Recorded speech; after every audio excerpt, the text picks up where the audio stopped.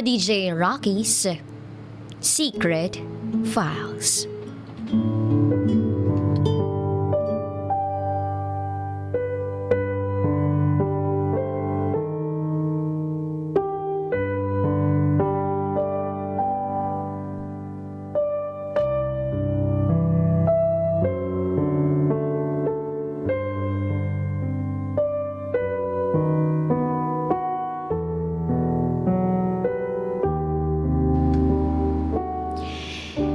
Nirape ako ng boyfriend ko.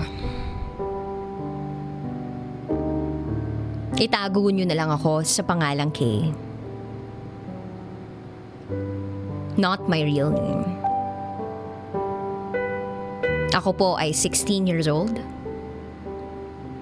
Tulungan niyo naman ako kung anong dapat kong gawin kasi hindi ko na talaga kaya.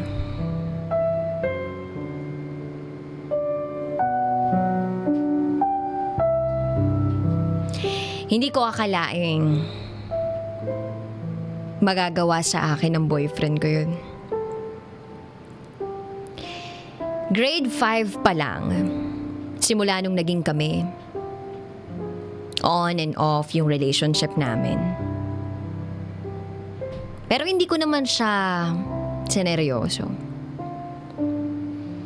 Grade 8, nagkabalikan uli kami. Pero syempre, trip-trip ko lang na balikan ko siya. Grade 8, niyayaya niya na ako na gusto niyang may mangyari sa amin. Pero lagi akong tumatanggi kasi nga, wala pa naman talaga akong balak.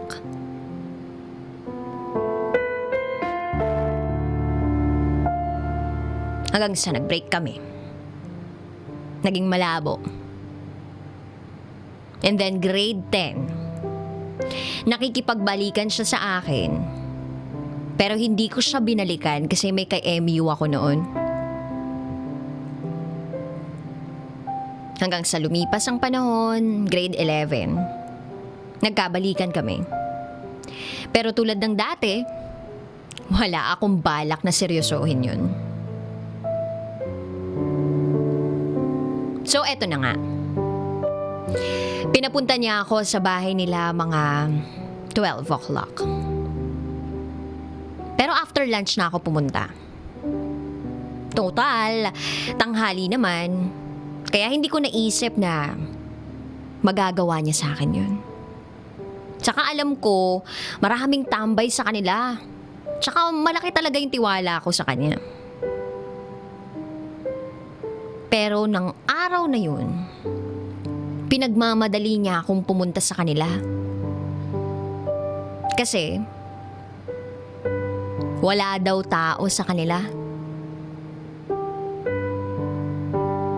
Ayoko pa sanang pumunta. At wala naman ako naiisip na iba. Pero dahil nagalit siya, pumunta agad ako. Pagdating ko dun, edi, pwesto kung saan-saan, hanggang sa pumasok ako sa kwarto nila. Doon sa kwarto nila, nandoon yung TV. Nanonood ako ng TV at the same time, paminsan-minsan nagsiselfone. Hanggang sa nagulat na lang ako. Bigla niya akong hinalikan.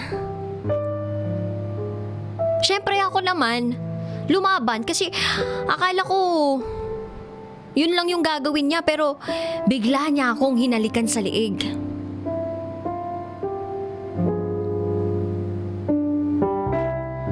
Nagpumiglas ako sa pagkakayakap niya sa akin. At tumanggi na ako sa kanya kasi alam ko na may mangyayaring hindi dapat mangyari. Sabi ko sa kanya, ayoko muna. Tumayo ako noon, tapos bigla niya akong hinila. Inihiga niya ako sa kama. Hawak niya ang dalawa kong kamay At sabi niya, magtiwala ka sa akin, Kay.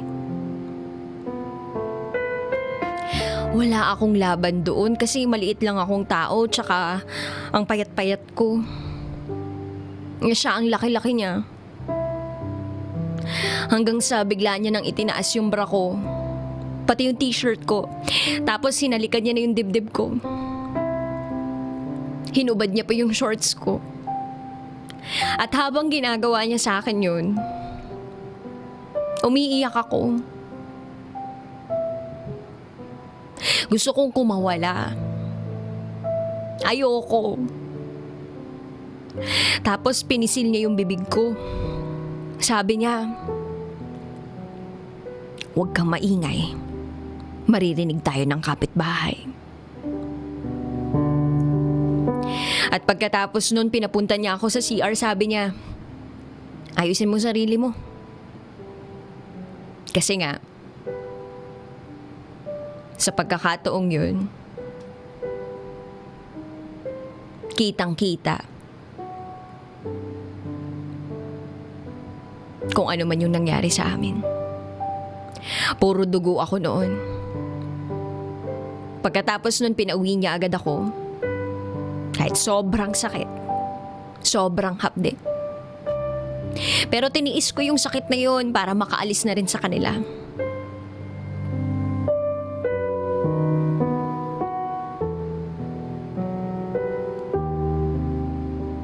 Hanggang sa lumipas ang panahon. Nangyari uli yun. Pangalawang beses. Siyempre magjowa kami. Nakikipagbiruan ako sa kanya. Nagsasabi ako ng mga dirty jokes. Dirty talks. Hindi ko akalain na mabibitaw ko ang salitang, sa susunod, dito naman tayo sa bahay, joke. Yung pagkakasabi ko ng joke sa text message, JK yun. At hindi naman siguro siya bata para hindi niya maintindihan yung meaning ng joke na yun.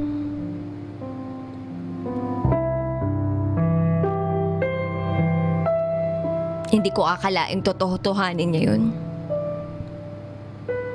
Tumatanggi talaga ako kasi ayoko na talaga maulit yung nangyari. Oo, sabihin na natin, ako yung nag-aya sa bahay namin. Pero syempre, joke ko nga lang yun. Kayang-kaya ko namang sabihin sa salita, pero sa gawa mahirap yun. Basta nagpupumilit talaga siya. Text siya ng text sa akin. As in, sobrang pinilit niya ako. Tinatadtad niya ako ng chat.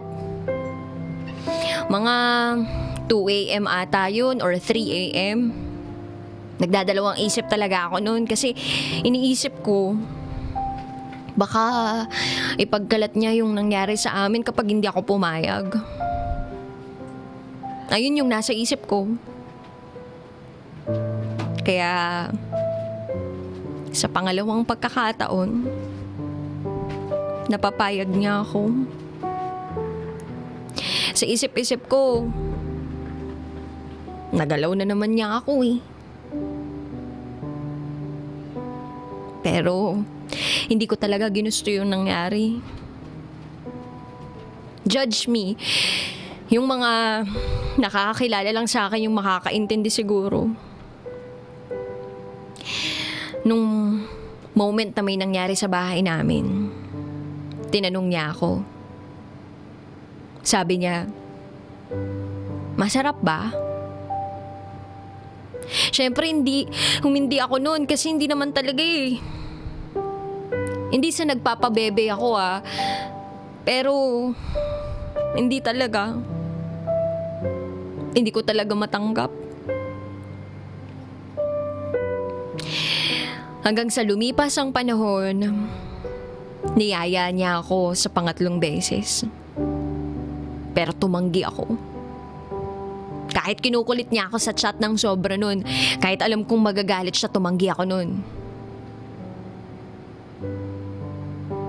At ilang araw bago yung nangyari, dumating yung kinatatakutan ko. Nalaman na ng barkada ko yung nangyari. Tapos sabi sa akin, "Sus, ginusto mo din eh." Sa isip-isip ko, what the F? Paano ko gugustuhin eh, hindi ko naman siya minahal. Ako yung nadayado dito, ba't parang ako yung may mali? Parang ako lahat yung mali? Okay lang sana kung mahal ko siya, kaso hindi eh. Nung naging issue yung sa akin, ang sabi, ako daw yung nag-aaya sa boyfriend ko. Yung pagkakakwento niya sa barkada ko, sabi niya, ako daw yung laging gumugusto. Samantalang, hindi niya naikwento na pinilit niya ako nung una namin. Na hinaras niya ako nung ginawa niya sa akin yun. Hanggang sa sinabi ko sa mga kaibigan ko yung nangyari. Pinahack ko sa kaibigan ko yung account ng boyfriend kong yun para makita yung convo namin na siya talaga yung namimilit, hindi ako. Kampante kasi talaga ako na hindi niya ikakalat yun eh, pero nagkamali ako. Ang tanga-tanga ko lang kasi, bakit pa ako pumayag nung pangalawang beses? Nung nahack na nga nung kaibigan ko yung account nung boyfriend ko, ang dami naming nabasa. Namamakla pala siya. Tsaka, marami na siyang nagalaw bago pa ako. Saka, isa pa sa mga nalaman ko, nagwi-weeds pala siya.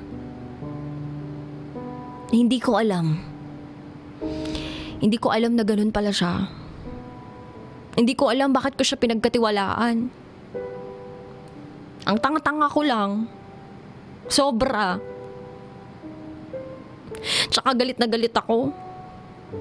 Sobrang sakit na nararamdaman ko ngayon. Tapos nakita pa namin ng kaibigan ko nung hinak namin yung account ng boyfriend ko sa convo. Pinagtatawanan nila ako. Pinagmumuka ako nilang tanga. Hindi ko na kaya eh.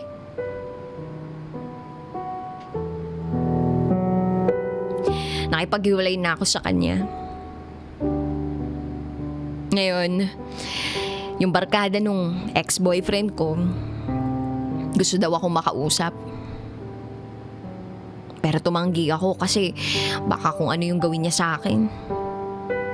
Lalo pat nalaman ko na nagwi-weeds na pala siya. Tulungan niyo naman ako. Balak ko sanang magsampa ng kaso, pero hindi naman biro yung ganun eh. Bukod sa wala akong pera, ayokong malaman ng magulang ko yung tungkol sa nangyari.